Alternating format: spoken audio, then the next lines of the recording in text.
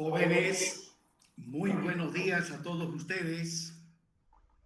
Aquí les habla el ingeniero José de la Cruz Quilla Villarroel. Observo el reloj de mi computadora. Tengo exactamente las 7:14. Pues bien, vamos a esperar un minutito más.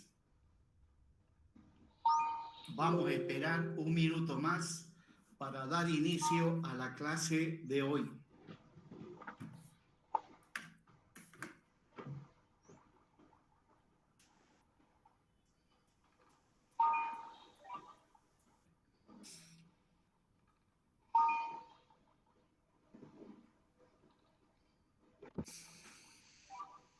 Bien, jóvenes, recordarán ustedes que estamos viendo el método denominado método de las fuerzas. Es un método aplicado al análisis de estructuras hiperestáticas. La clase anterior ya habíamos realizado una introducción a el método de las fuerzas, donde habíamos planteado los conceptos básicos, como por ejemplo el grado hiperestático total de una estructura, el cual vimos que es igual a la suma del grado hiperestático externo y el grado hiperestático interno.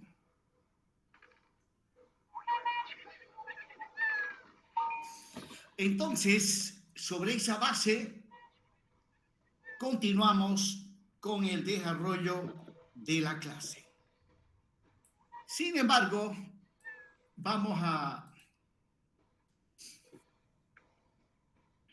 realizar un pequeño repaso de lo que hemos visto la última clase. Repito, estamos viendo el método de las fuerzas. A este método también se le denomina método de las flexibilidades. Y es un método que se utiliza exclusivamente para analizar estructuras hiperestáticas. Pues bien, realicemos un pequeño repaso de los conceptos que hemos planteado en la última clase. Supongamos tener un pórtico plano como el que acabo de mostrar en la pantalla. Cuando aplicamos el método de las fuerzas, lo primero que tenemos que realizar es determinar el grado hiperestático total de la estructura. Y para determinar el grado hiperestático total, previamente debo determinar el grado hiperestático externo y el grado hiperestático interno. Por lo tanto, para el pórtico que acabo de plantear, determinemos lo mencionado. Pues bien, el grado hiperestático externo, recordarán ustedes que se determina aplicando la siguiente expresión matemática. Primeramente, determinamos el número de reacciones en los apoyos de la estructura. En este caso son 9, ya que la estructura planteada en cuanto a sus apoyos, presenta 3 apoyos. Un apoyo empotrado en el nudo A, otro apoyo empotrado en el nudo J y finalmente otro apoyo empotrado en el nudo K. 3 apoyos empotrados. Y bueno, la estructura planteada es un pórtico plano. En tal sentido, en cada apoyo empotrado vamos a tener tres reacciones.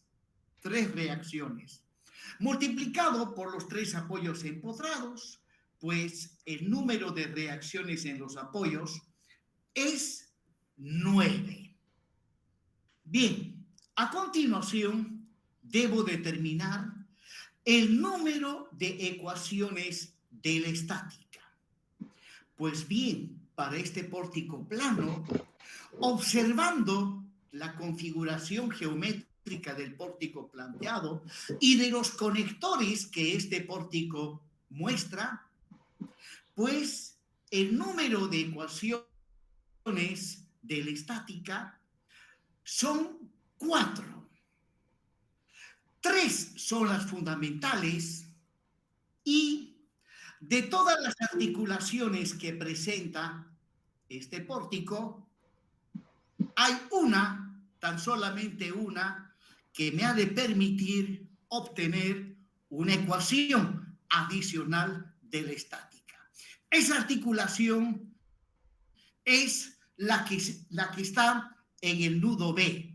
Las otras articulaciones no me sirven, no me ayudan a plantearme una ecuación adicional de la estática.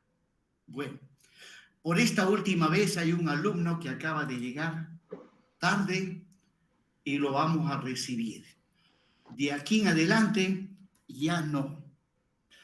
Recuerden que nos hemos planteado una tolerancia máxima de 15 minutos. Bien, proseguimos entonces. Número de reacciones en los apoyos 9. Número de ecuaciones de la estática, como les iba expresando, es 4. Bueno, hay uno más. Oh, se fue. Carla Alejandra abandonó. Bueno, parece que no hay seriedad en esto, entonces eso me obliga a anotar eso. Hay una alumna que se ha retirado y lo voy a...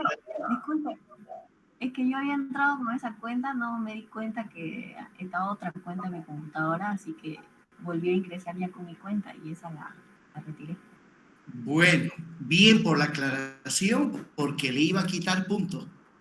Ya tengo mi lista a la mano, así que démosle la importancia que corresponde a las clases en nuestra universidad, ¿no?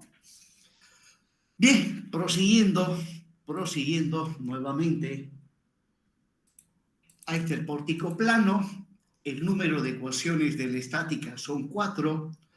Por lo tanto, el grado hiperestático externo, que es el número de reacciones en los apoyos menos el número de ecuaciones de la estática, 9 menos 4 es 5.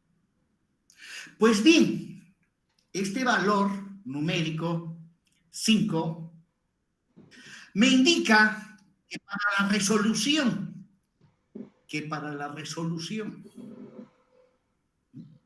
bueno, alguien más se retiró. Bueno, Flores Ramírez Naila. Ingeniero. Bien. Vamos a hacer lo siguiente, jóvenes. Ingeniero. Sí, le escucho. Buen día. Ingeniero, hay veces sucede que yo ahorita estoy con Wi-Fi. Cuando uno está con datos móviles, la señal lo hace sacar. Yo también, ingeniero, en una clase y un examen, se va la señal, ingeniero, y uno sale. No sé si sucederá eso, ¿no? Pero hay veces eso ha pasado, ingeniero, en mi caso. Le comento que la primera vez que escucho ese comentario, ¿no?, en cuanto a clases virtuales se refiere, yo he pasado clases virtuales desde el año, desde la pandemia, ¿no? Y nunca he tenido, digamos, ese tipo de observaciones. De todas maneras, jóvenes, vamos a hacer lo siguiente. A los alumnos que están llegando tarde, ¿Ya? Les recuerdo que nos hemos planteado una tolerancia máxima de 15 minutos. Entonces, para no perjudicar la clase, pues si ya pasó las 7:15, pues mejor no llamen, no ingresen porque no los voy a recibir, ¿no? Parece que no me entendieron la recomendación que le hice en la clase anterior. Es que así no vamos a poder pasar clases. Si las clases fuesen presenciales, pues no hay ningún problema, ¿no? Bueno, empecemos de nuevo otra vez.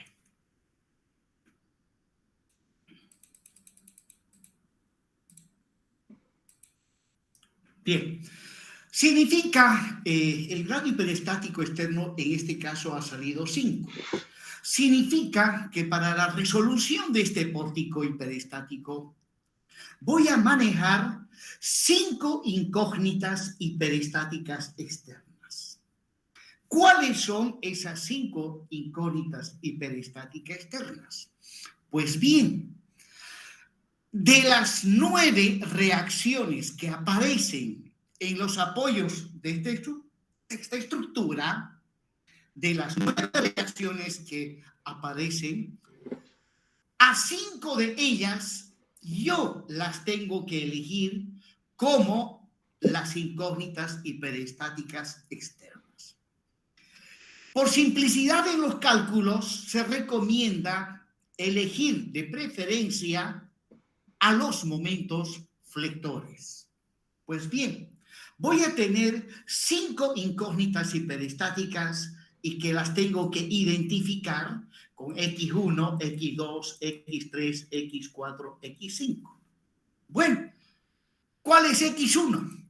Ahí está. Estoy eligiendo el momento en A como X1. X2, el momento en J. X3, el momento en K. Y listo, se agotaron los momentos. Y ahora, X4, elijo como incógnita hiperestática X4 a la reacción horizontal en el nudo J y finalmente, como X5, a la reacción horizontal en el nudo K. Esas han de ser mis 5 incógnitas hiperestáticas externas. Bien, prosiguiendo. A continuación, podemos observar que la estructura planteada no es una estructura totalmente abierta. Presenta partes que se encuentran cerradas. Por lo tanto, en este caso, amerita determinar el grado hiperestático interno. Amerita determinar el grado hiperestático interno. Resulta que, como la estructura en parte se encuentra cerrada, para poderla analizar, la tenemos que abrir. Y para abrir, simplemente tenemos que efectuar algunos cortes en algunas barras de la estructura planteada. En este caso, para abrir el marco que está formado por los nudos FG, HI, este marco, pues bien, voy a hacer un corte a la barra HI. Me conviene cortar a la barra HI, ya que, como ustedes podrán ver, la barra HI es una biela. Y las bielas llevan como esfuerzo interno tan solamente el esfuerzo normal, que puede ser de tracción o de compresión. Nosotros asumimos como si estuviese trabajando a tracción. Entonces, voy a cortar a la barra HI para poder abrir la estructura. Ahí estoy indicando en dónde voy a realizar el corte para poder abrir esta parte de la estructura.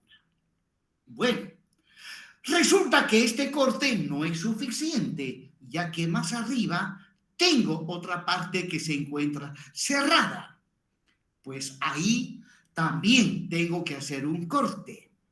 En este caso, me conviene, por simplicidad, efectuar el corte ahí en la articulación que está cerca del nudo F.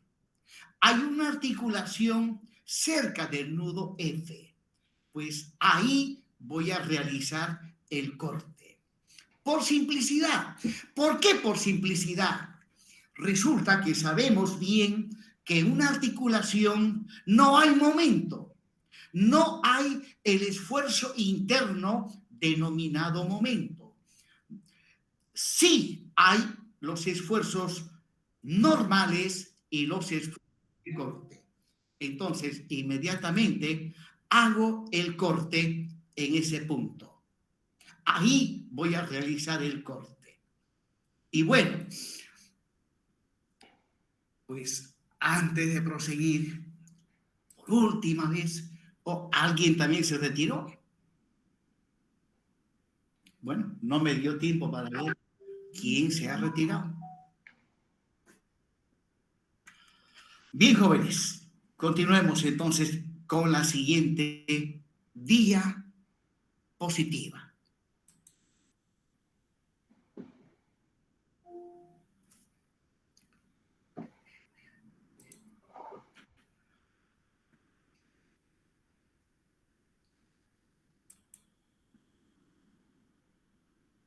Les comento que los estoy recibiendo, no obstante el aviso que les hice en la clase anterior, porque el tema que estamos avanzando hoy es importantísimo y yo no lo voy a volver a repetir.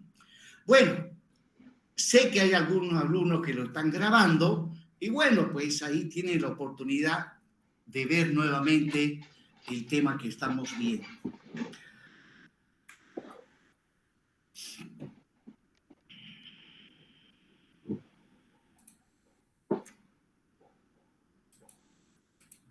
Muy bien. Ahí está el pórtico donde ya estoy mostrándoles los cortes realizados para abrir la estructura. A la biela HI le he realizado un corte justo a la mitad de esa biela. Luego, cerca del nudo F, teníamos una articulación. También he realizado un corte. Y al final, ese es el resultado obtenido. Por lo tanto, podemos inmediatamente determinar el grado hiperestático interno. Bien, al cortar la biela, en el punto donde he realizado el corte, aparece el esfuerzo interno que hay en la biela, que en este caso es un esfuerzo normal, que puede ser tracción o compresión. Asumimos que es de tracción. Y ese esfuerzo que aparece en la biela es otra incógnita hiperestática, que la vamos a identificar. Recuerden que las incógnitas hiperestáticas externas las había identificado con X1, X2, X3, X4, X5.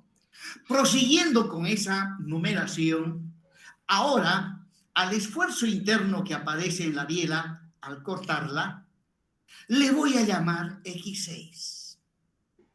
Luego, cerca del nudo F también hicimos un corte. El corte era sobre una articulación. Pues ahí aparecen los esfuerzos de corte, a los que le voy a llamar X7, y el esfuerzo normal, al que le voy a llamar X8. Por lo tanto, en cuanto al grado hiperestático interno, podemos ver que al cortar la estructura aparecen el 6, el 7 y el 8. que llegan a ser 3 incógnitas adicionales a las 5 que ya habíamos obtenido anteriormente. Y bueno, el grado hiperestático interno es igual al número de esfuerzos internos que aparecen en los lugares donde hemos hecho los cortes para abrir la estructura. En este caso, ¿no? Tenemos 3 incógnitas hiperestáticas internas. Por lo tanto, esas incógnitas son X6, X7 y X8. Por lo tanto, el grado hiperestático interno es igual a 3. Bien, finalmente, para concluir esta parte, el grado hiperestático total es simplemente la suma del grado hiperestático externo más el grado hiperestático interno. Reemplazando la información obtenida, 5 más 3, pues 8. Listo, jóvenes. He hecho un repasito de lo que hemos visto la clase anterior. Bueno, pasamos a la siguiente diapositiva, pero aprovechando eso, vamos a ver el alumno que llegó tarde.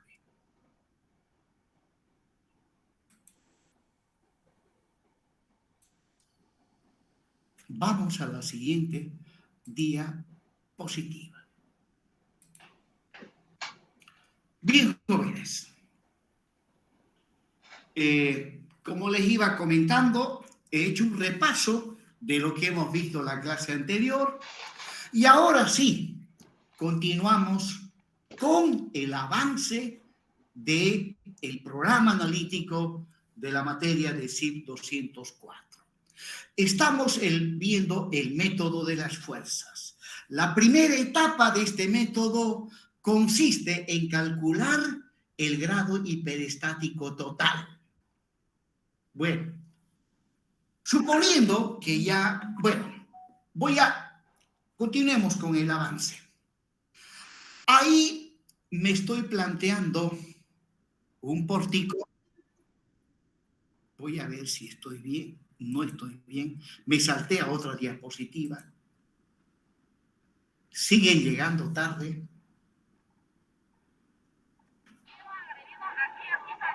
Ni modo. Bueno, voy a tener que hacer después una amonestación. Jóvenes, los que llegaron tarde hoy, y mire, 7:38, tengan la plena seguridad que el día sábado, ya sé qué voy a hacer. Ya sé qué voy a hacer. Bueno, el caso amerita, en vista de que han hecho caso omiso a mis recomendaciones de la anterior clase, el día sábado, para ingresar a clases, van a tener una tolerancia máxima de 10 minutos, ya no 15 minutos. La tolerancia es 10 minutos, más que suficiente, porque simplemente es un clic. Ustedes dan un clic, yo doy otro clic y ya están dentro del aula. Entonces, a partir del día sábado, la tolerancia ya no es 15 minutos, 10 minutos. Tomen debida nota, por favor, jóvenes.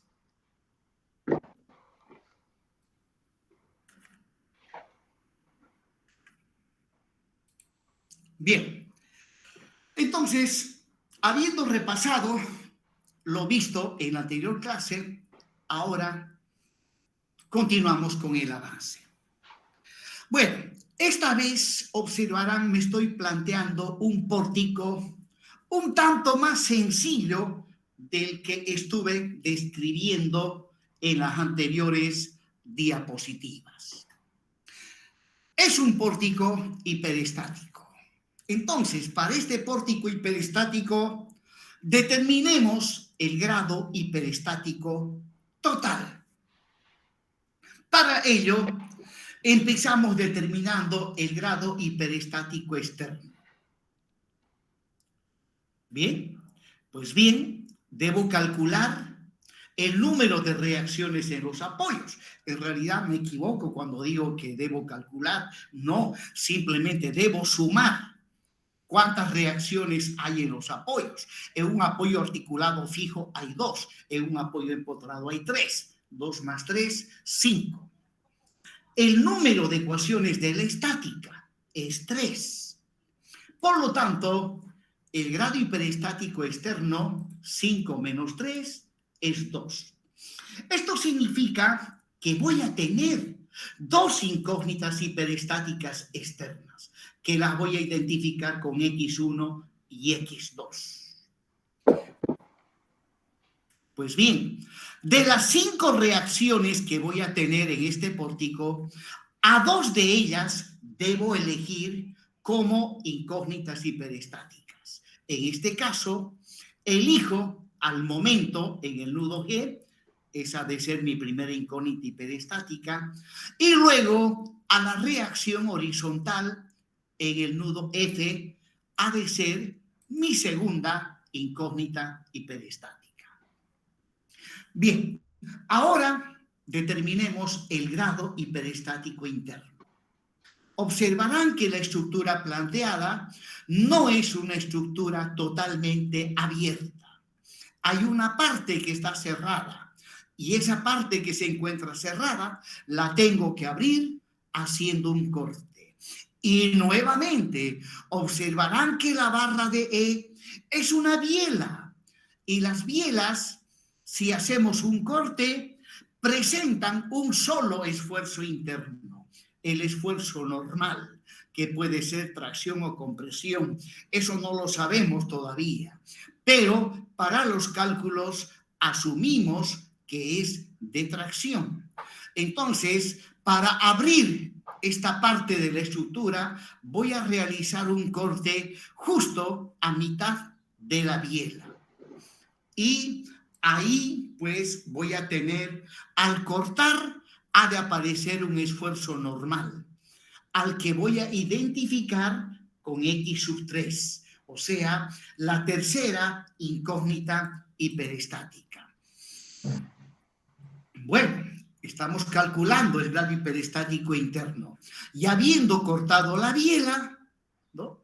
Habiendo cortado la biela, ahí voy a tener una incógnita hiperestática, que es el esfuerzo normal en la biela y que le estoy llamando X3, ¿no?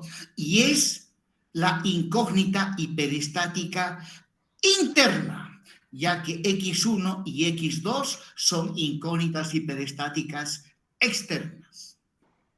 Entonces, pues, el grado hiperestático interno es tan solamente igual a 1.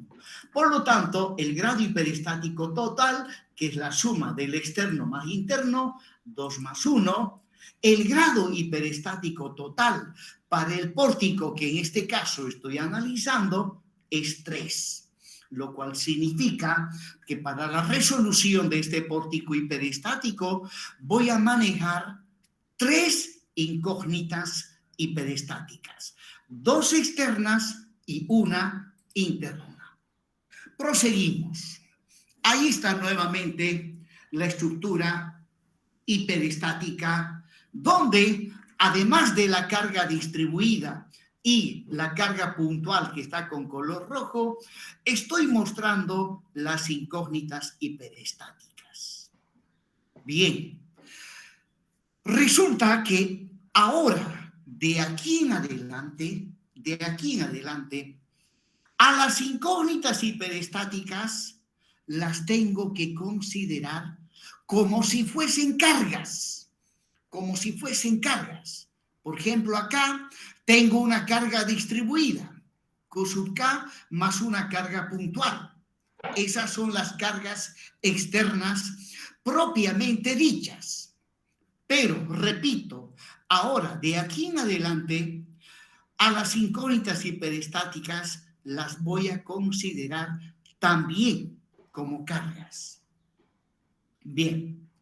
Ahora, prosiguiendo con el método de las fuerzas, a continuación debo obtener, en base al pórtico que en este momento estoy describiendo, en base a este pórtico, debo determinar la estructura principal.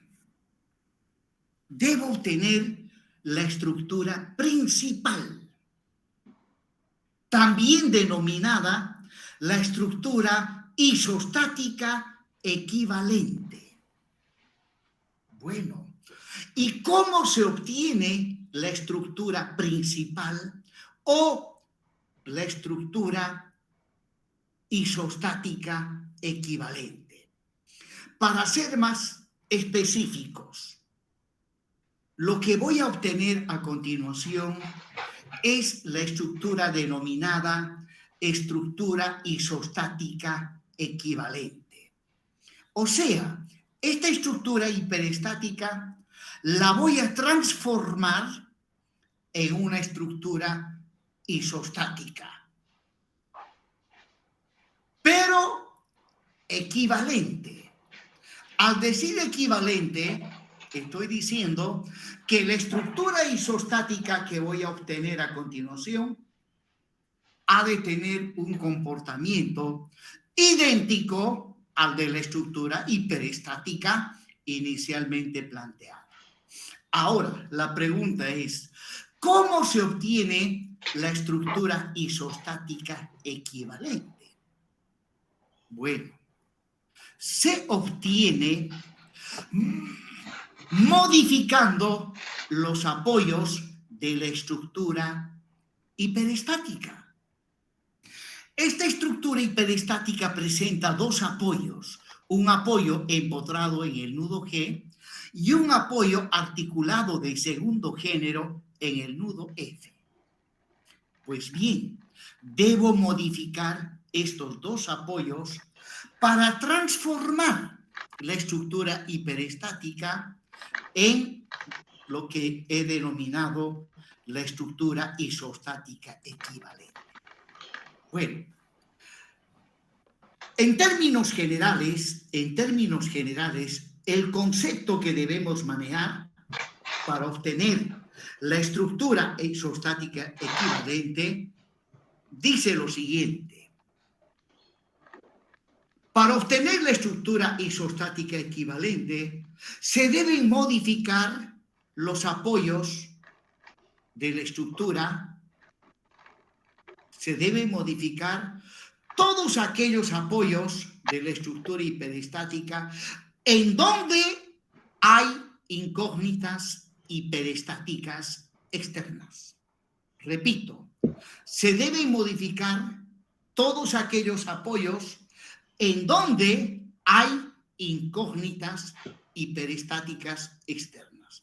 En este caso, esta estructura tiene dos apoyos y en ambos apoyos hay incógnitas hiperestáticas. En G está la incógnita hiperestática X1. En F está la incógnita hiperestática X2. Por lo tanto, ambos apoyos debo modificar. Bien, veamos entonces. La estructura isostática equivalente es la misma estructura, observen, pero observarán que no he colocado apoyos.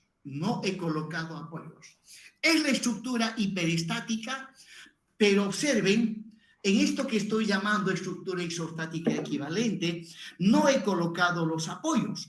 Es que los voy a modificar. Bueno, empecemos con el nudo F. En el nudo F yo tengo un apoyo articulado fijo. Y observen que la incógnita hiperestática ¿ya? Es una fuerza horizontal. Es una fuerza horizontal. Por lo tanto, este apoyo articulado fijo lo tengo que reemplazar por otro apoyo que permita desplazamiento en la dirección de la incógnita hiperestática X2. Bueno, eso por un lado. Vamos al nudo G. En el nudo G hay un apoyo empotrado. Y la incógnita hiperestática es un momento. Pues bien, este apoyo empotrado lo tengo que modificar. Y lo voy a reemplazar por otro apoyo que permita desplazamiento angular. ¿Por qué desplazamiento angular? Porque la incógnita es un momento y los momentos van asociados a desplazamientos angulares. Pues bien, aquí va. En el nudo G, observen que el apoyo empotrado lo he reemplazado por un apoyo articulado fijo. Ahora sí, tengo un apoyo en el nudo G que al ser un apoyo articulado fijo, permite desplazamiento angular en el nudo G. O sea, permite desplazamiento angular en la dirección de la incógnita hiperestática X1. Y vamos ahora al nudo F. El nudo articulado fijo lo tengo que reemplazar por otro apoyo que permita desplazamiento horizontal. Ahí va. Entonces, observarán que en F he colocado un apoyo articulado móvil y es un apoyo que permite desplazamiento lineal en la dirección de la incógnita hiperestática X2. Y no es más, ahí tienen ustedes la estructura isostática equivalente. Ya es una estructura isostática, por cuanto, habiendo modificado los apoyos, ¿no? En los apoyos modificados, cuando analice la estructura, van a aparecer tres reacciones. Recuerden que X1, X2, X3 ya no son reacciones, son cargas. Entonces, si hablamos de reacciones, en el apoyo que está en F va a aparecer una reacción vertical. En G, una vertical y una horizontal. Tres reacciones. Y como para un vórtico plano, tres son las ecuaciones fundamentales de la estática, pues no voy a tener ningún inconveniente en calcular esas reacciones. Bien. Entonces, en resumen, en base a la estructura hiperestática planteada, debemos obtener la estructura isostática equivalente modificando los apoyos en la estructura hiperestática. Bueno, X1, X2 y X3 son las incógnitas hiperestáticas en este problema. Prosiguiendo. Ahora, de aquí en adelante, voy a analizar,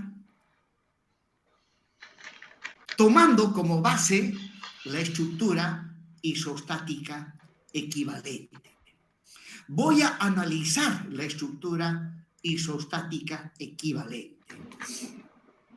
Se supone que dato conocido es la carga distribuida. Se supone que dato conocido es la carga puntual. Sin embargo, las otras cargas, que son X1, X2 y X3, no las conocemos. Obviamente, son nuestras incógnitas hiperestáticas, ¿no? Pues mi estructura isostática equivalente es una estructura isostática. Sin embargo, no la puedo analizar porque no tengo los valores de X1, X2 y X3. Bueno, resulta que hay un método donde sí se puede analizar, ¿ya?, la estructura isostática equivalente, pero se sabe que ese método es extremadamente complejo.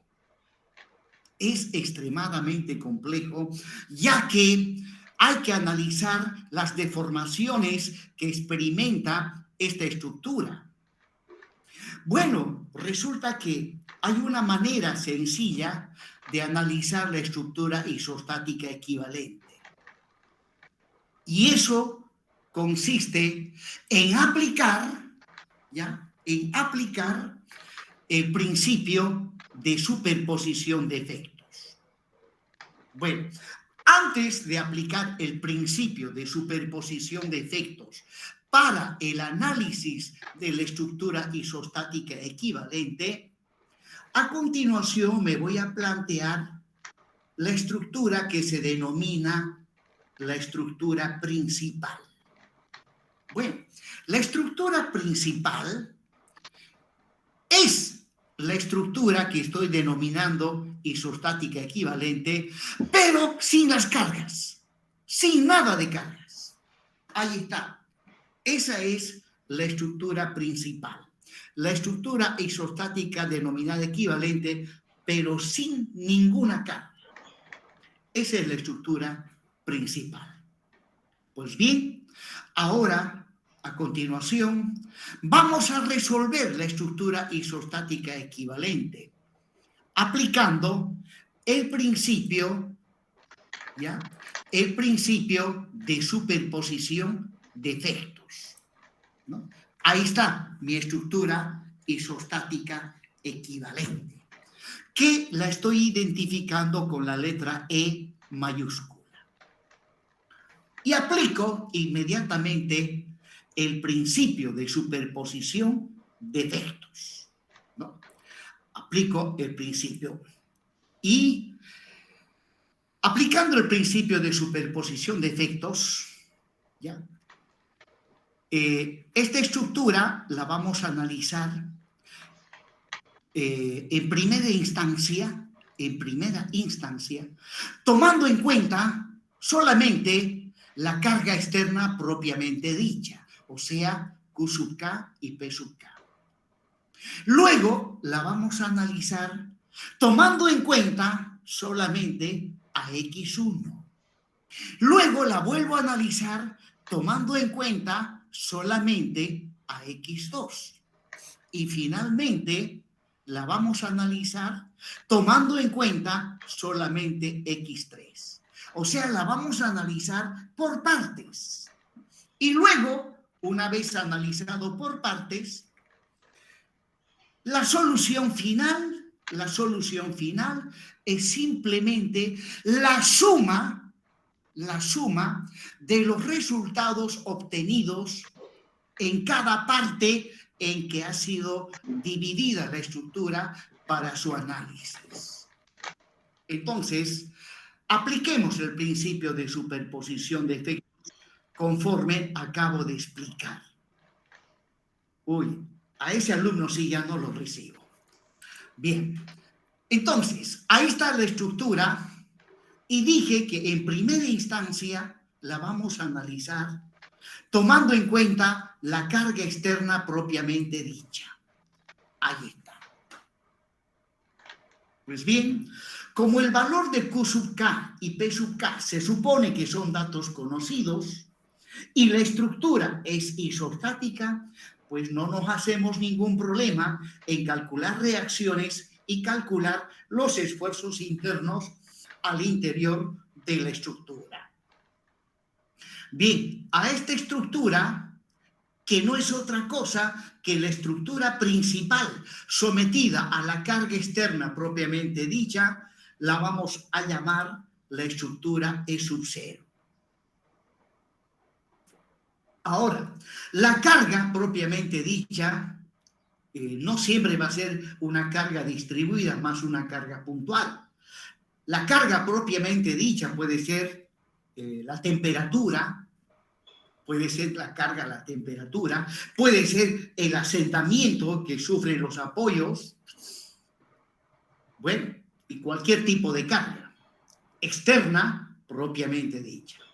Bien, una vez analizado E sub 0, proseguimos ahora, ¿no? E sub 0 es la estructura principal con la carga externa propiamente dicha. A continuación, más.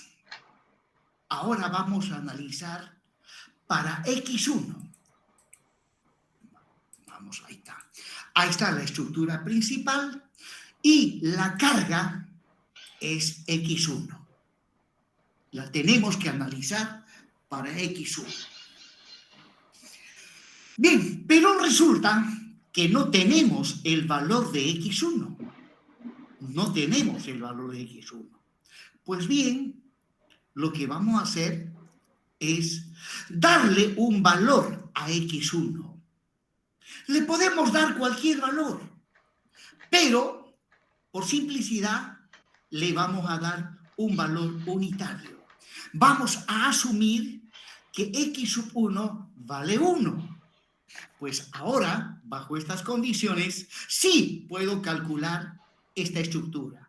Asumiendo que X sub 1 vale 1, la analizo en su totalidad.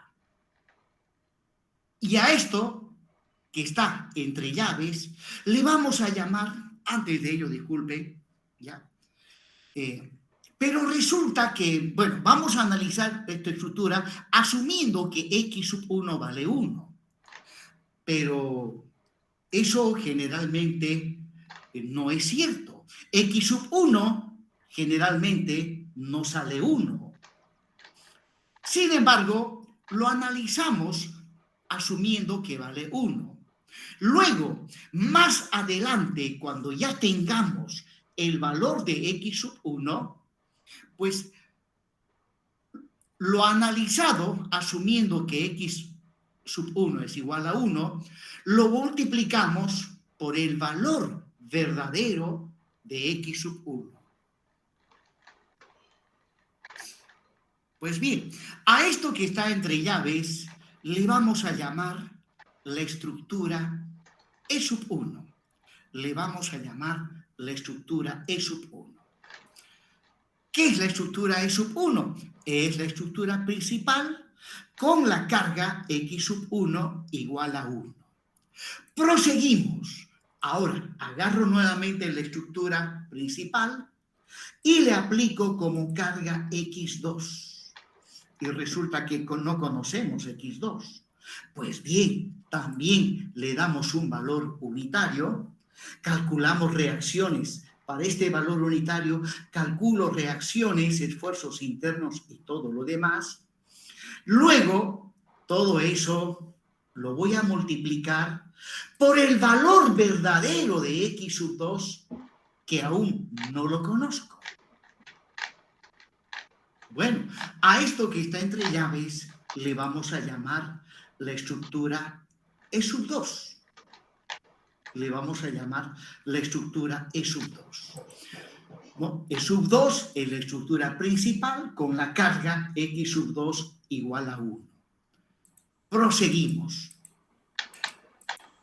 Ahora, finalmente, agarramos la estructura principal y aplicamos como carga X3, que también no se conoce, le damos un valor unitario y para ese valor unitario hacemos el análisis. Calculamos reacciones, esfuerzos internos. Y eso que está entre llaves, más adelante, pues lo multiplicamos por el valor verdadero de X3, que no lo conozco aún todavía. Bien, y a esto que está entre llaves le llamamos la estructura E sub 3.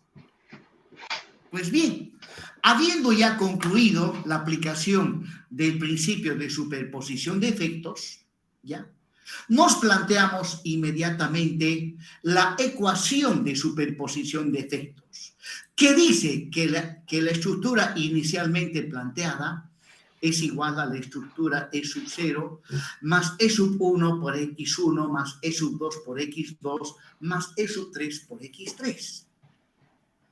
En esta ecuación de superposición de efectos Se conoce todo lo relativo a E sub 0, todo lo relativo a E sub 1, E sub 2 y E sub 3. Lo que no se conoce es los valores verdaderos de X1, de X2 y X3. Bien, a esta ecuación se le denomina la ecuación de superposición de efectos, ¿no?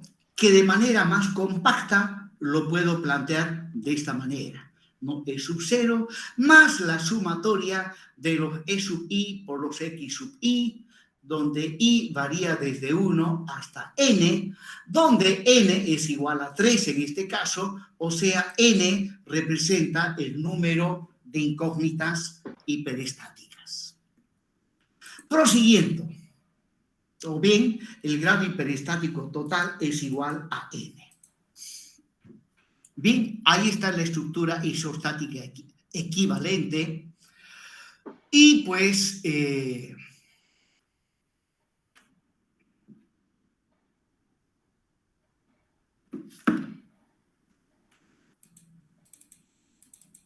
bien, aquí vamos a hacer un pequeño paréntesis. Aquí vamos a hacer un pequeño paréntesis.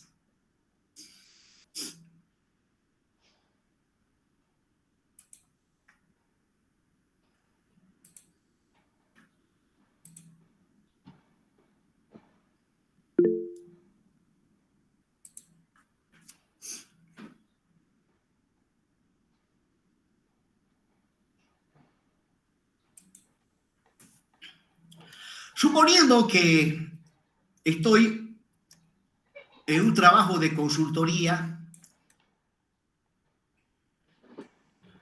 y el gerente de la empresa consultora, pues me deja un trabajo. Me dice: ingeniero, necesito a la brevedad posible, que me calcule las reacciones en el pórtico, ¿no?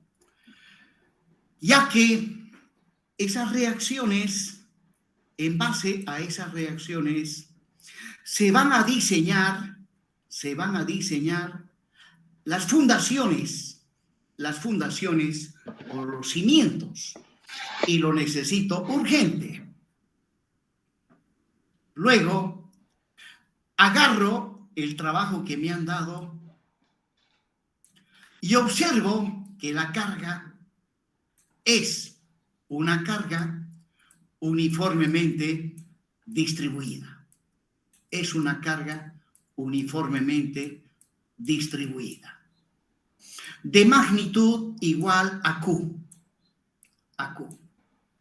Y bueno, veo el trabajo que me han encargado y de repente me doy cuenta de que el gerente no me dio el valor de Q.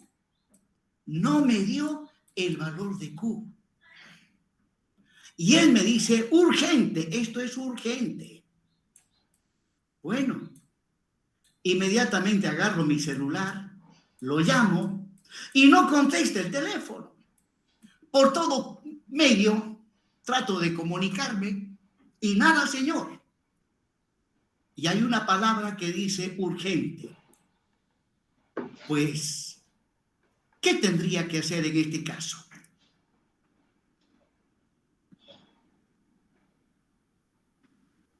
¿Qué tendría que hacer en este caso? ¿Será que, ni modo, pues, yo no tengo la culpa, no me dan el valor de Q, no contesta su teléfono? Bueno, él viene al mediodía: ingeniero, ¿cómo ya lo tiene las reacciones? No, señor, usted no me dejó la carga. Uy, qué bruto soy, ¿cómo no le dejé la carga? Bueno, lo que pasa, señores, en este caso tendríamos que operar de la siguiente manera. Al valor de Q le doy un valor unitario, 1 kilonewton 1 kilonewton por metro lineal. Lo analizo para un valor unitario. Y suponiendo que para ese valor unitario, aquí me sale 40 kilonewtons, aquí me sale, qué sé yo, 60 kilonewtons, y el momento me sale, qué sé yo, 20 kilonewton metro, ¿no? Trabajando para este valor unitario. Luego aparece el gerente al mediodía. Ingeniero, ¿cómo lo calculé? Bueno, sí lo he calculado, pero usted no me dio la carga. Uy, ingeniero, la carga vale 3. Muy bien, si la carga vale 3, entonces todo esto que ha sido analizado para un valor unitario, simplemente lo tengo que multiplicar por 3. Por lo tanto, las reacciones las voy a tener inmediatamente. 30 por 40, 120. 30 por 60, 180. 30 por 20, 60. Aquí están, estas son las reacciones. Y lo voy a hacer en brevísimos segundos. Bueno, más o menos esta es la idea del método de las fuerzas, ¿no? Hay un valor que no conocemos. Pues bien, lo que hacemos es resolverlo para un valor unitario. Y luego, para más adelante, cuando ya tenga el valor verdadero de la carga, todo eso que fue analizado para un valor unitario, lo multiplico por el valor verdadero de la carga.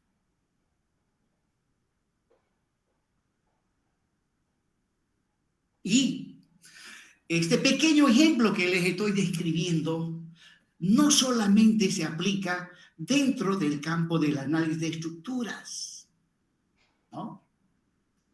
Resulta que, pues, cuando a uno le encargan realizar un determinado trabajo, pues generalmente el trabajo presenta una serie de imprevistos, algo que no se tenía planificado.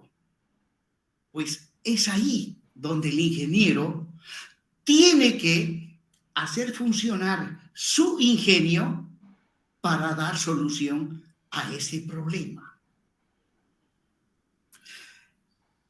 Un tiempo, hace muchos años atrás, trabajé en la empresa Apolo, una de las empresas más grandes de Bolivia. Pues les comento que ahí había un ingeniero, el ingeniero Rubén Darío Cuéllar. Ese ingeniero, le cuento de hace unos 30 años atrás, ese ingeniero ganaba 18.000 bolivianos. Le estoy contando de hace 30 años atrás. Y, bueno, él no era el único ingeniero. Había todo un plantel de ingenieros. Los otros ingenieros, el que más ganaba era 10.000. 10.000. Luego viene 9.000, 8.000, 7.000. Y bueno, el que menos ganaba, había un ingeniero que ganaba $800. Había un ingeniero que ganaba $800. Y bueno, yo me fijé ese detalle y comparé este con este. ¿Y por qué este gana tanto y este otro? Pues un día de esos viene el gerente, lo llama a todos los demás ingenieros y le dice de una obra que se estaba ejecutando en Montero, ¿ya? De una obra que estaban haciendo en Montero. Viene el gerente y agarra a 3 ingenieros y le dice que por favor resuelvan el problema hasta el mediodía. Bueno, vi que los 3 estaban trabajando toda la mañana. Llega el mediodía y llega el gerente y le dice, ya está, 5 minutitos más, ingeniero, dice. Bueno, pasó 5 minutos y nada.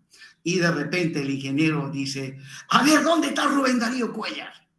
Lo llama a Rubén Darío Cuéllar Y dice, sí, ingeniero, mira, por favor, ayúdales a resolver el problema rápido, lo necesito urgente. ¿El qué hizo? Agarró los papeles que ellos estaban calculando y solito se fue a su oficina y al poco rato, no tardó mucho, ya estaba con el problema resuelto. Entonces dije, pues con razón, había la diferencia entre 18.000, ¿no? Y 800. Ojo, 800 bolivianos, por si acaso. Esto es boliviano, no me equivoqué al decir $800. ¿No? Y así. Y me acuerdo que al ingeniero de 800 bolivianos, un día me llama, ingeniero, entrégale esta carta al ingeniero, no me acuerdo su nombre. Cuando ya lo voy a entregar, cuando en medio camino leo la carta, era la carta de despedida. Y me lo dieron a mí. No, pues me puse triste, porque ni modo, pues tenía que obedecer. Fui y se lo entregué al ingeniero, esto me han entregado. Y listo. Bueno, jóvenes,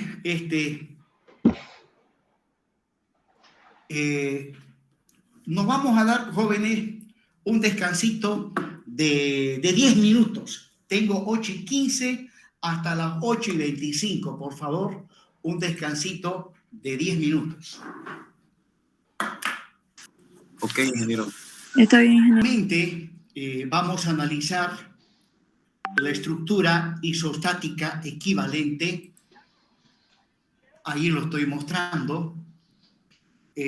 Aplicando el principio de superposición de efectos. O sea, voy a volver a explicar cómo la estructura isostática equivalente se la analiza por partes. Se la analiza por partes.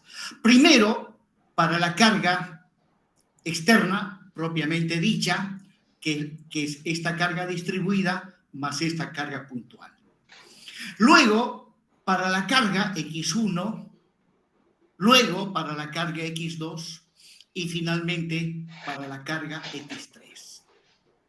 Y como de antemano no conocemos los valores de las incógnitas hiperestáticas X1 y X3, lo que hacemos, conforme acabo de explicar, a las incógnitas hiperestáticas les damos un valor unitario. Entonces, pues nuevamente voy a volver a explicar el principio de superposición de efectos. Pues empecemos. Primeramente, analizamos la estructura principal sometida a la carga propiamente dicha. Recuerden que a esta estructura se le denomina la estructura E sub 0. Y el análisis, pues, consiste en calcular las reacciones en los apoyos y los esfuerzos internos. Una vez calculado reacciones y esfuerzos internos, continuamos determinando las deformaciones que experimenta la estructura E sub 0. Y para el cálculo de las deformaciones tenemos que aplicar el método de los trabajos virtuales. Pues pasemos entonces al análisis de las deformaciones de la estructura E sub 0. Pues bien, debido a la carga distribuida y puntual, asumo de que la estructura se deforma de la manera como estoy mostrando en línea segmentada. De manera tal que el apoyo articulado móvil que está en el nudo F experimenta un desplazamiento lineal hacia la izquierda y que el nudo G, donde hay un apoyo articulado fijo, experimenta un cierto desplazamiento angular. Bueno, entonces, ahí con línea segmentada, repito, muestro la deformación que experimenta la estructura E sub 0. Y dije que ahora, aplicando el método de los trabajos virtuales, tenemos que calcular los desplazamientos angulares y los desplazamientos angulares y lineales que experimentan los nudos de la estructura. Pero, sin embargo, lo que realmente nos interesa calcular en cuanto a desplazamientos se refiere son los desplazamientos correspondientes a las incógnitas hiperestáticas. Repito, lo que realmente nos interesa es calcular los desplazamientos correspondientes a las incógnitas hiperestáticas. O sea, lo que nos interesa del nudo G es calcular el desplazamiento angular del nudo G. Lo que nos interesa del nudo F es el desplazamiento lineal horizontal del nudo F. Y finalmente, lo que nos interesa de la biela que fue cortada en dos es el desplazamiento lineal relativo de los nudos que estoy llamando N1 y N2. Recuerden que en principio la biela era una sola, desde el nudo D hasta el nudo E. Pero luego hemos tenido que realizar un corte. Al realizar un corte ya tengo dos barras.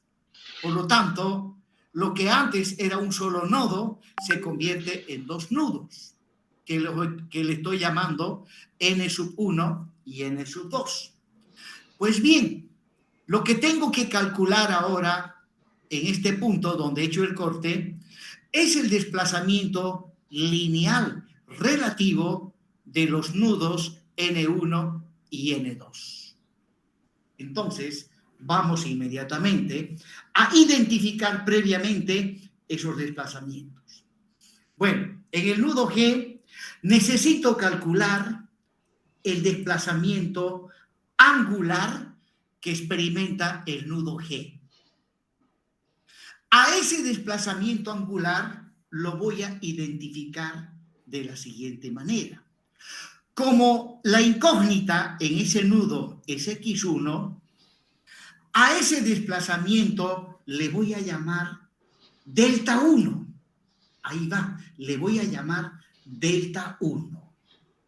Luego, al desplazamiento lineal en el nudo F, le voy a llamar delta 2. Delta 2.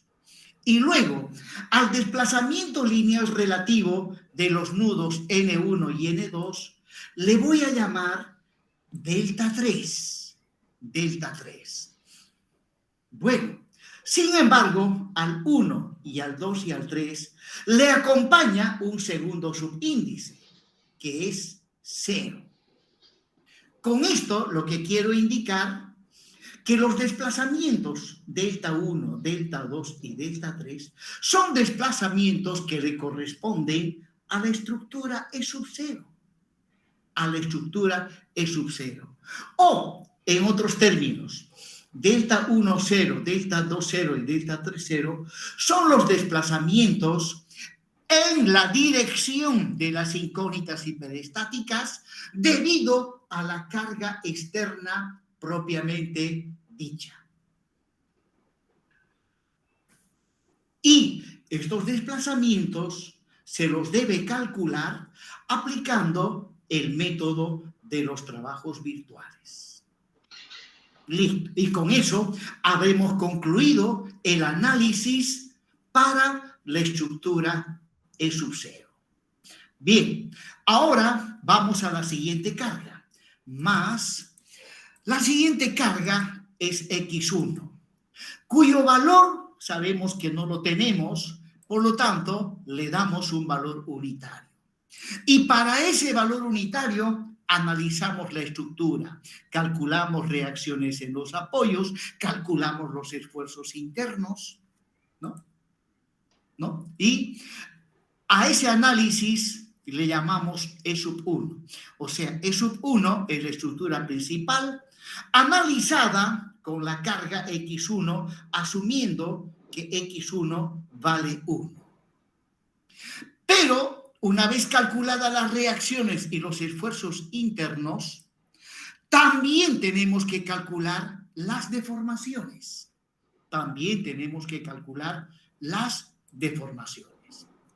Pero antes de ello, a todo lo que está entre llaves lo tengo que multiplicar por el valor verdadero de X1 que aún no lo tenemos. Pues bien, entonces falta analizar las deformaciones. Asumo que debido a esta carga, la estructura se deforma aproximadamente de la forma como estoy mostrando en líneas segmentadas. Y bueno, lo que interesa calcular en cuanto a las deformaciones son las deformaciones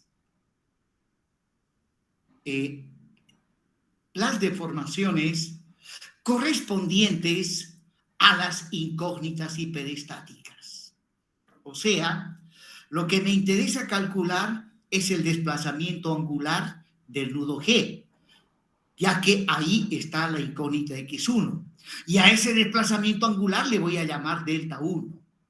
También, vamos por partes, ahí lo que me interesa calcular es el desplazamiento angular que le voy a llamar delta 1. Luego, para el nudo F, lo que me interesa calcular es delta 2. Y para los nudos N1 y N2, lo que me interesa calcular es el desplazamiento lineal relativo que le voy a llamar delta 3. O sea, nuevamente calculamos las deformaciones en la estructura E sub 1, pero las deformaciones que se calculan son aquellas que le corresponden a las incógnitas hiperestáticas. Y le llamo delta 1, delta 2 y delta 3. Pero hay un segundo subíndice, que es el 1. El segundo subíndice me dice que esas deformaciones son para la estructura E sub 1. O bien también lo interpretamos de esta manera. Delta 1, 1, delta 1, 1, delta 2, 1 y delta 3, 1 son las deformaciones en la dirección de las incógnitas hiperestáticas debido a X1. X1 es la carga en este caso. Y debido a esta carga, pues la estructura se deforma. Y de todas las deformaciones que experimenta la estructura, solamente nos interesa conocer las deformaciones correspondientes a las incógnitas hiperestáticas. ¿No? Entonces, delta 1, 1, delta 2, 1 y delta 3, 1 son deformaciones debido a X sub 1 con valor unitario. Luego proseguimos, más, ahí está la estructura principal, ahora la carga es X2, a X2 le damos un valor unitario y con eso inmediatamente calculamos reacciones, esfuerzos internos y todo lo demás y luego analizamos las deformaciones. Bueno, debido a esta carga que es X2 con valor unitario, estimo que ahí está la deformada de la estructura con línea segmentada. Por lo tanto, lo que me interesa conocer es del nudo G, su desplazamiento angular, delta 1, del nudo F, el desplazamiento lineal, delta 2, y de los nudos N1 y N2, el desplazamiento lineal relativo que le llamo delta 3. y también hay un segundo subíndice que es el número 2. El segundo subíndice es para indicar que estos desplazamientos son debido a la carga X sub 2 con valor unitario. Y obviamente estos desplazamientos los tenemos que calcular aplicando el método de los trabajos virtuales. Bien, proseguimos. Y finalmente, ahí está la estructura principal y esta vez la carga es X3, cuyo valor no lo conocemos, pero le damos un valor unitario y para ese valor unitario calculamos reacciones, esfuerzos internos, ¿no? Y las deformaciones. Estimo que para esta carga, que es X3, ahí está la deformada de la estructura. De esas deformaciones lo que me interesa es en el nudo G, el desplazamiento angular delta 1, en el nudo F, el desplazamiento lineal delta 2, y en los nudos N1 y N3, el desplazamiento lineal relativo que le llamo delta 3. Pero también hay un segundo subíndice. El segundo subíndice me dice que estos desplazamientos es debido a la carga X sub 3 con valor unitario. Y estos desplazamientos se calculan aplicando el método de los trabajos virtuales. Bien, una vez concluido los análisis de las estructuras E sub 1, E sub 0, E sub 1, E sub 2 y E sub 3, inmediatamente podemos plantearnos una ecuación denominada. Bueno, podemos plantearnos la ecuación del principio de superposición de efectos, que ya lo mostré hace un momento, ¿no? Y como veremos a continuación, miren, ahora les estoy mostrando la estructura inicialmente planteada. Esta es la estructura. Y a continuación les muestro la estructura isostática equivalente. Y esta estructura isostática equivalente la hemos analizado por partes, aplicando el principio de superposición de efectos. Y la ecuación de superposición de efectos dice que la suma de los resultados obtenidos en E sub 0 más los resultados obtenidos en E sub 1 por el valor verdadero de X1 más los resultados obtenidos en E sub 2 multiplicado por el valor verdadero de X2 más los resultados obtenidos en E sub 3 por el valor verdadero de X3 me tiene que dar los resultados en la estructura isostática equivalente, ¿no? Ahí está la estructura inicialmente planteada y ahí está la estructura isostática equivalente. Esta es la que lo hemos analizado aplicando el principio de superposición de efectos. Pues bien, ahora, la estructura isostática equivalente, le llamamos equivalente, ¿no? La estructura equivalente, por el hecho de que los resultados finales tienen que ser compatibles con el de la estructura inicialmente planteada. Y compatibles principalmente en lo que hace a las deformaciones. Pues bien, ¿qué deformaciones hemos considerado en la estructura isostática equivalente? Hemos considerado el desplazamiento angular del nudo G, el desplazamiento lineal horizontal del nudo F y el desplazamiento lineal relativo de los nudos N1 y N2. Pues bien, observemos la estructura inicialmente planteada. En el nudo G hay un empotramiento y si es así, ahí no hay desplazamiento angular. En el nudo F tenemos un apoyo articulado fijo y ahí no hay desplazamiento lineal horizontal. Luego, la biela DE no está seccionada, no está dividida. Por lo tanto, aquí no hay desplazamiento lineal relativo. No hay desplazamiento lineal relativo. O sea, el desplazamiento angular en G es 0. El desplazamiento lineal horizontal en F es 0. Y justo a mitad de la biela de E no hay desplazamiento lineal relativo. Por lo tanto, ¿no? Hablando del desplazamiento angular en G, delta 1 es 0.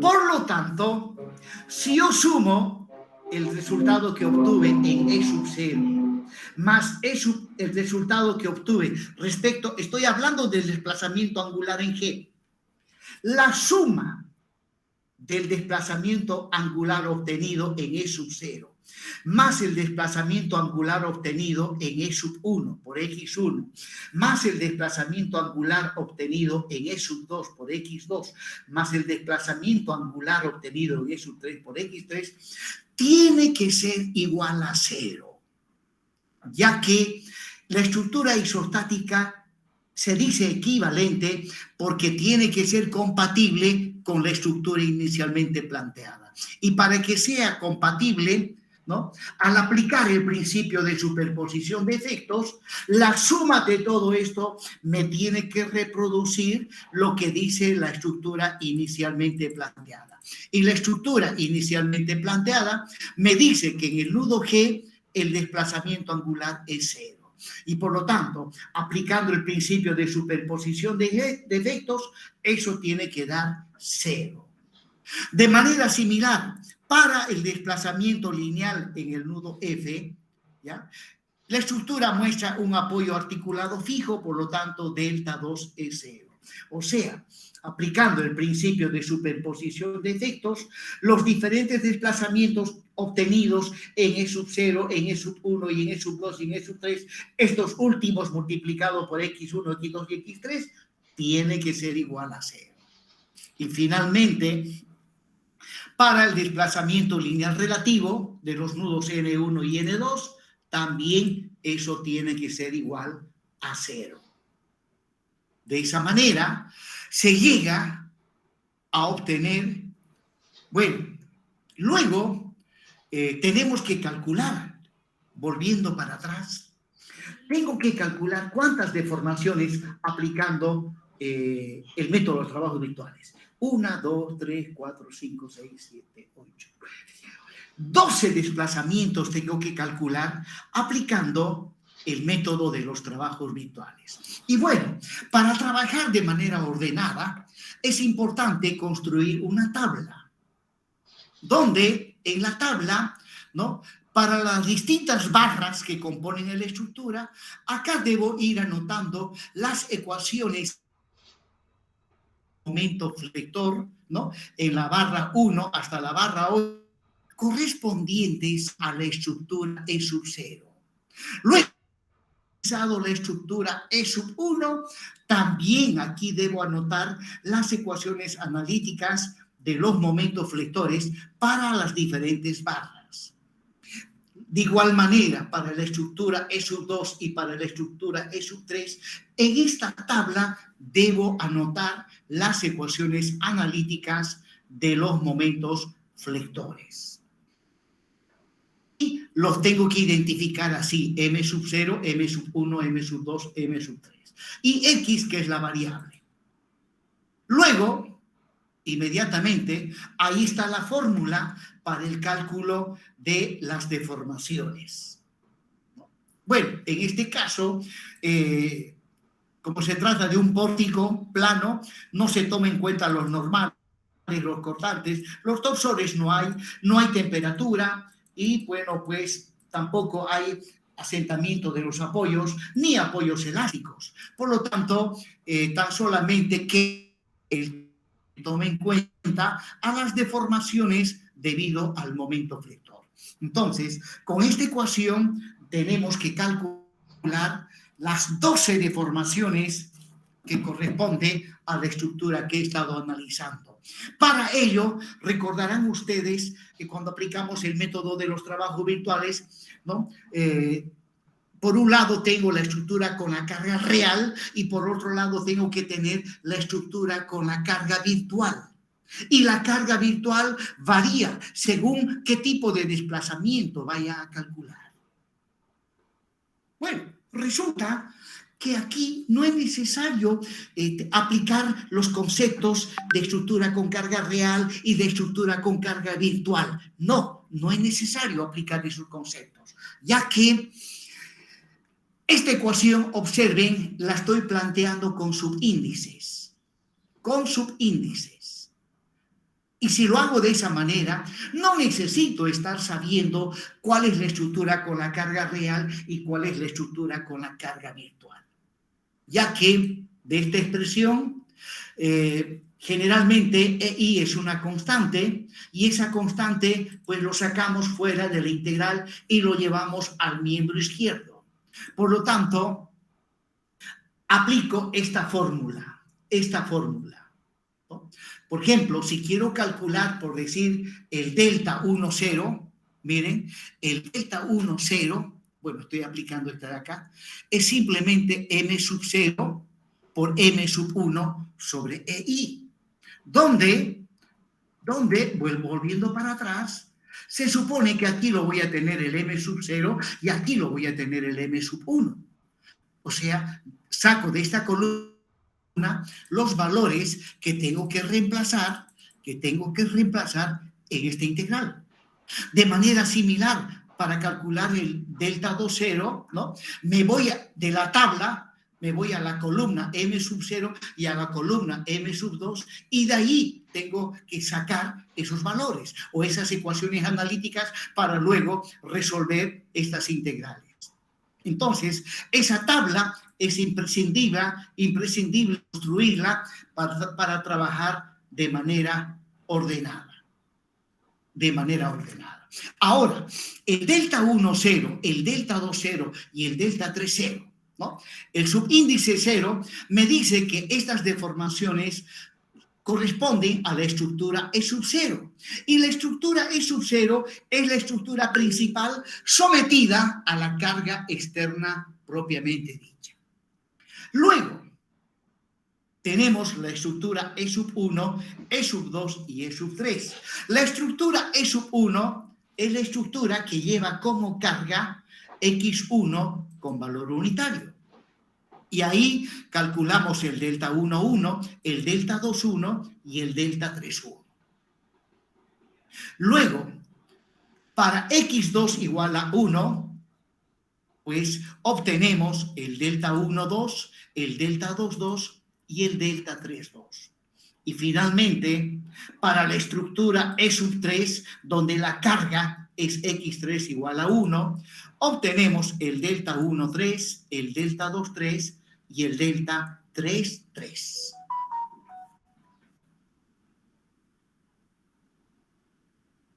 Y luego, acá les estoy mostrando la ecuación de Robert Hooke, que dice que la fuerza es igual a un coeficiente por el desplazamiento. Este coeficiente se denomina coeficiente de rigidez. Ahora, yo de ahí puedo despejar el desplazamiento, la deformación o el desplazamiento, donde el coeficiente de rigidez pasa al otro miembro y multiplica, pasa a dividir a F.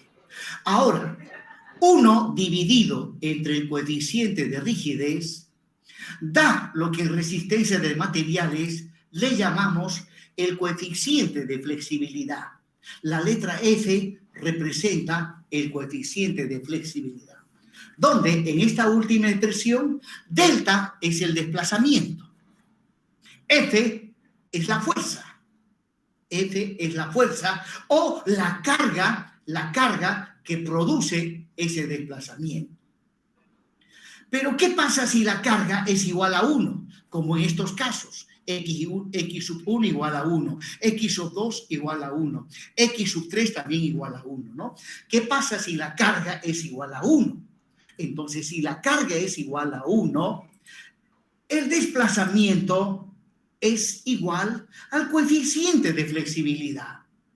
El desplazamiento es igual al coeficiente de flexibilidad. Entonces, denominamos coeficiente de flexibilidad a aquellos desplazamientos producidos por una carga unitaria.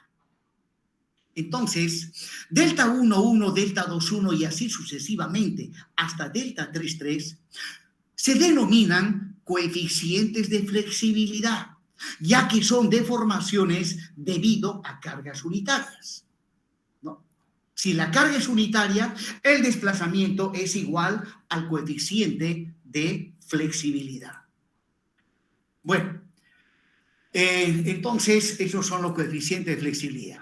Y bueno, ahí están las ecuaciones que se denominan ecuaciones de compatibilidad elástica de la estructura. La primera me dice que el desplazamiento angular planteada tiene el desplazamiento lineal 0 y el desplazamiento lineal relativo igual a 0. Una vez calculados los desplazamientos, delta 1, 0, 2, 0, 3, 0, delta 1, 1 y toditos los desplazamientos, lo que vamos a tener al final es un sistema de ecuaciones de tipo lineal, ¿no? En este caso, 3 ecuaciones con 3 incógnitas. Las incógnitas han de ser x1, x2 y x3. Hay que resolver este sistema lineal de 3 ecuaciones con 3 incógnitas. Pero para ello, previamente, repito, aplicando el método de los trabajos virtuales, conforme mostré en la anterior diapositiva, hay que calcular cada uno de esos desplazamientos. Posiblemente ese sea el trabajo más moroso en la aplicación de este método. Bien, jóvenes. Y con esto hemos concluido la clase correspondiente a el día de hoy.